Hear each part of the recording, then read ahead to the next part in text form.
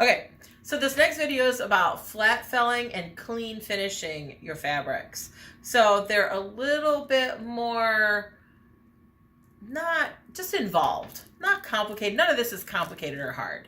It's just a little bit more involved. These are good for fairy fabrics. So fairies, put your little antenna up. This one's for you, for sure. Definitely watch this. You're using a lot of those silky, really hard to handle fabrics. So this is a good one for you. This one and the next one. So enjoy the video. Please remember to like, subscribe, and hit that notification bell so that you don't miss a single video. Thanks for watching. Bye.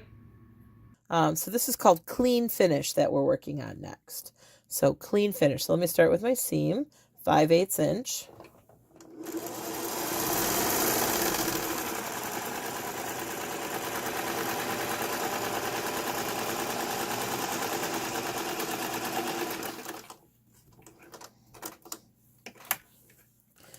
I'm getting a little bit of puckering. Can you guys see that?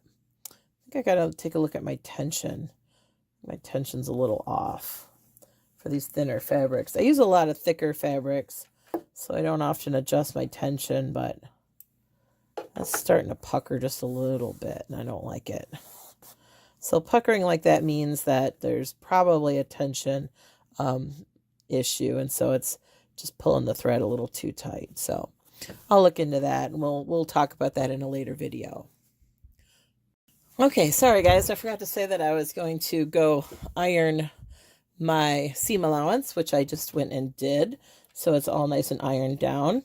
But now I'm going to take it back to the iron, but I wanted to explain to you what I was doing before I did it.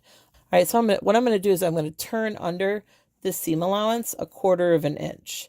So I'm just going to turn it under something like that and iron it down, and then it will look kind of like that. So I'm going to do that on both sides. When I get that done, I'll be right back. But I forgot to tell you I was going to go iron. I got in the middle of ironing, and then I was like, oh crap, I got to go turn the camera back on. So I'll be right back, and I'm going to go do this. And when you see this next, it will be all ironed down. All right. So now it's all nice and ironed down. See, all nice and beautiful. And now I want to talk to you about how this is where sometimes I break the rules when I'm sewing. Sometimes I don't always do things the way you're supposed to do them. I've come up with my own workarounds because, again, I'm not a seamstress. I'm an artist who's learned how to sew over the years. And sometimes I've come up with my own little workarounds. So I'm going to do one side the proper way that you're supposed to do this, and then I'm going to do the other side the way I do it. So the proper way is that you're just supposed to sew this down. All right, so you just sew this down with just a straight stitch. Move my needle back into the center. My thread's all organized here.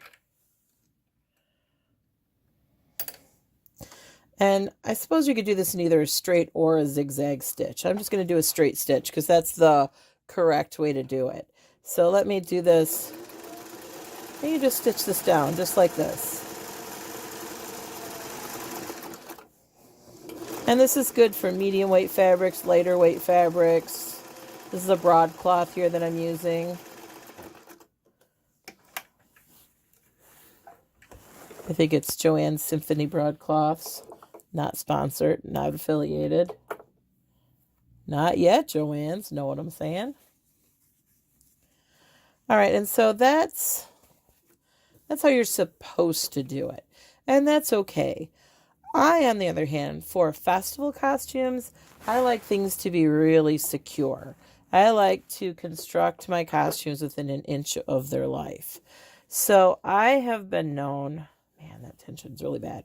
So I have been known to actually sew it down like this, which you're actually not supposed to do because then you're going to have another seam on the outside. I'll let you choose. Which do you like better? Do you like my workaround, or do you like the proper way better? Either one is technically going to be okay and is going to do kind of the same thing.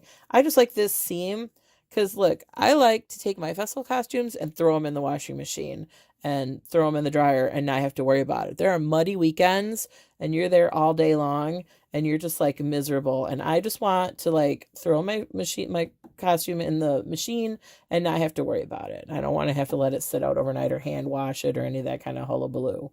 So, I would just do this. Like, I know I'm naughty, right? Like, this is not how you're supposed to do it.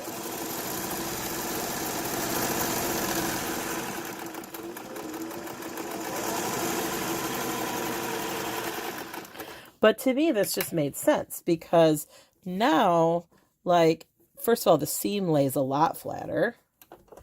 And, right, like you do get this line of stitching on the outside. So imagine you would have, let me do that up here. So you do have this line of stitching on the outside. Imagine you would have a second line of stitching if you did both sides the same way. I mean, you know, that's a look. And if you don't like it, that's fine. But a lot of fabrics, like, you know, this white broadcloth, it doesn't work on because I've got like green thread here. But if you were like that fabric that I did for the bias binding, and if I had like a goldish thread, it might just disappear. Like you might not see the stitching, right? And who's really going to be looking that close to your seams? I've had one person look that close to my seams, and that's my friend to my seams, and like ask me what I did there years and years ago. And that's my friend Tawny, who, by the way, is a wonderful sewer. She is a beautiful costumer, amazing. She also has a YouTube channel, and I will link it down below. So make sure you go and check her out because she is amazing. Someday she and I are going to collab, so look forward to that. But yeah, so this is, you know, the right way. This is the wrong way. Why did I do it this way? Why do I think this is better? Because everything is contained inside here. Like this is still open and could fray, right? And like what happens when this frays past this line of stitching? So for most garment construction, this is probably okay. For festival garment construction, honestly, I kind of dig this a little better. Okay. So there is, was that number 4? Oh my gosh, you guys, we're almost done. We got 2 more to go. 2 more to go. Okay, let's move on to the next one. Okay, you guys, this one is going to be a flat felled seam. So think like your blue jeans. It's that kind of a seam. This one's pretty exciting. This is good for anything that's going to take a lot of a beading. So like pants, you know, anything where you really need a reinforced kind of seam. Maybe your shirts might use this, particularly around the armholes. So I'll let you decide if this is useful for you. Because we use it on our blue jeans, it does tend to look a little bit more contemporary. So I don't always recommend it on period clothing. But it is another way to finish off the seam edging, so I'll show it to you anyway. So we start off with our 5/8 inch seam allowance.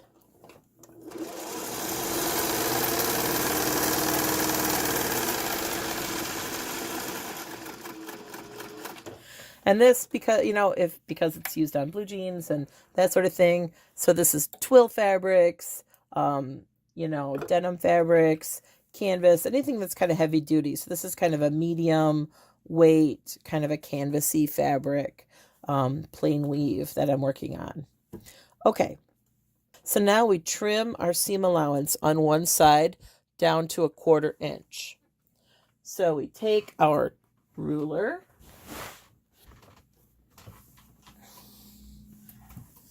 and if you don't have one of these clear measuring rulers, I highly recommend you get them.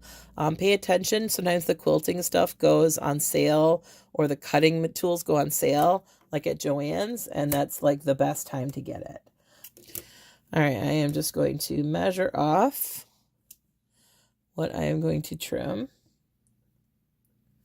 Normally, I would use a chalk pencil, but just so you can see it clearly, I'm going to use a ballpoint pen. Let me test my pen, see if it works. It does. All right, so I'm going to use a ballpoint pen.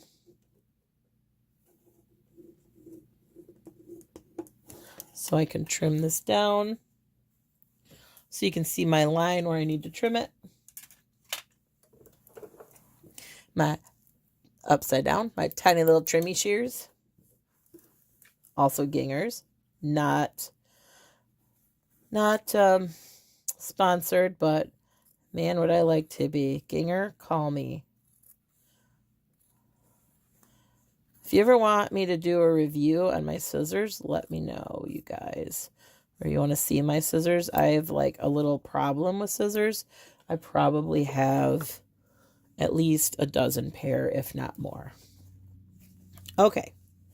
So now this is what we're left with. We have this weirdo seam allowance where one end is kind of down and the other end is tall.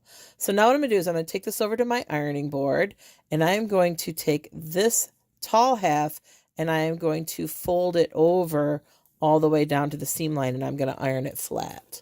All right, so let me hold that up so you can see what I'm going to do. So I'm going to iron this seam allowance down over the cut edge of what I just trimmed. This again is why it's so important to have that 5/8 inch seam allowance. You need enough material to work with. So I'm going to fold that down. I'm going to iron that down just like that. And then I'm also going to iron it flat. So I'll iron this down.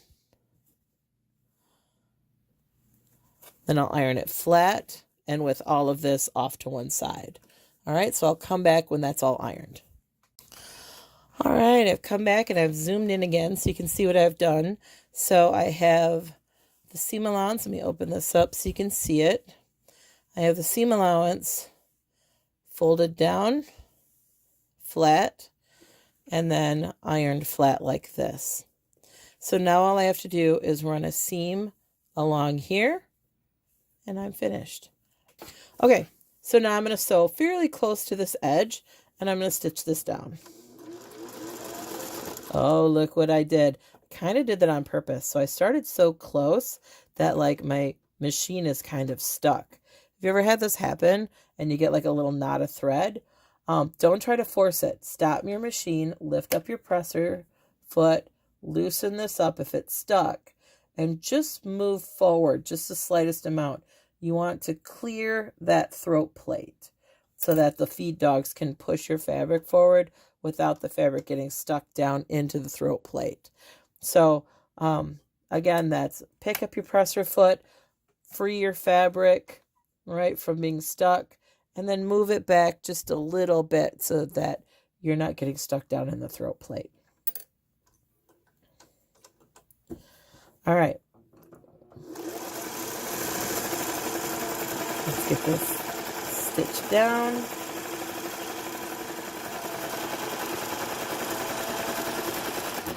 Boom, just like that.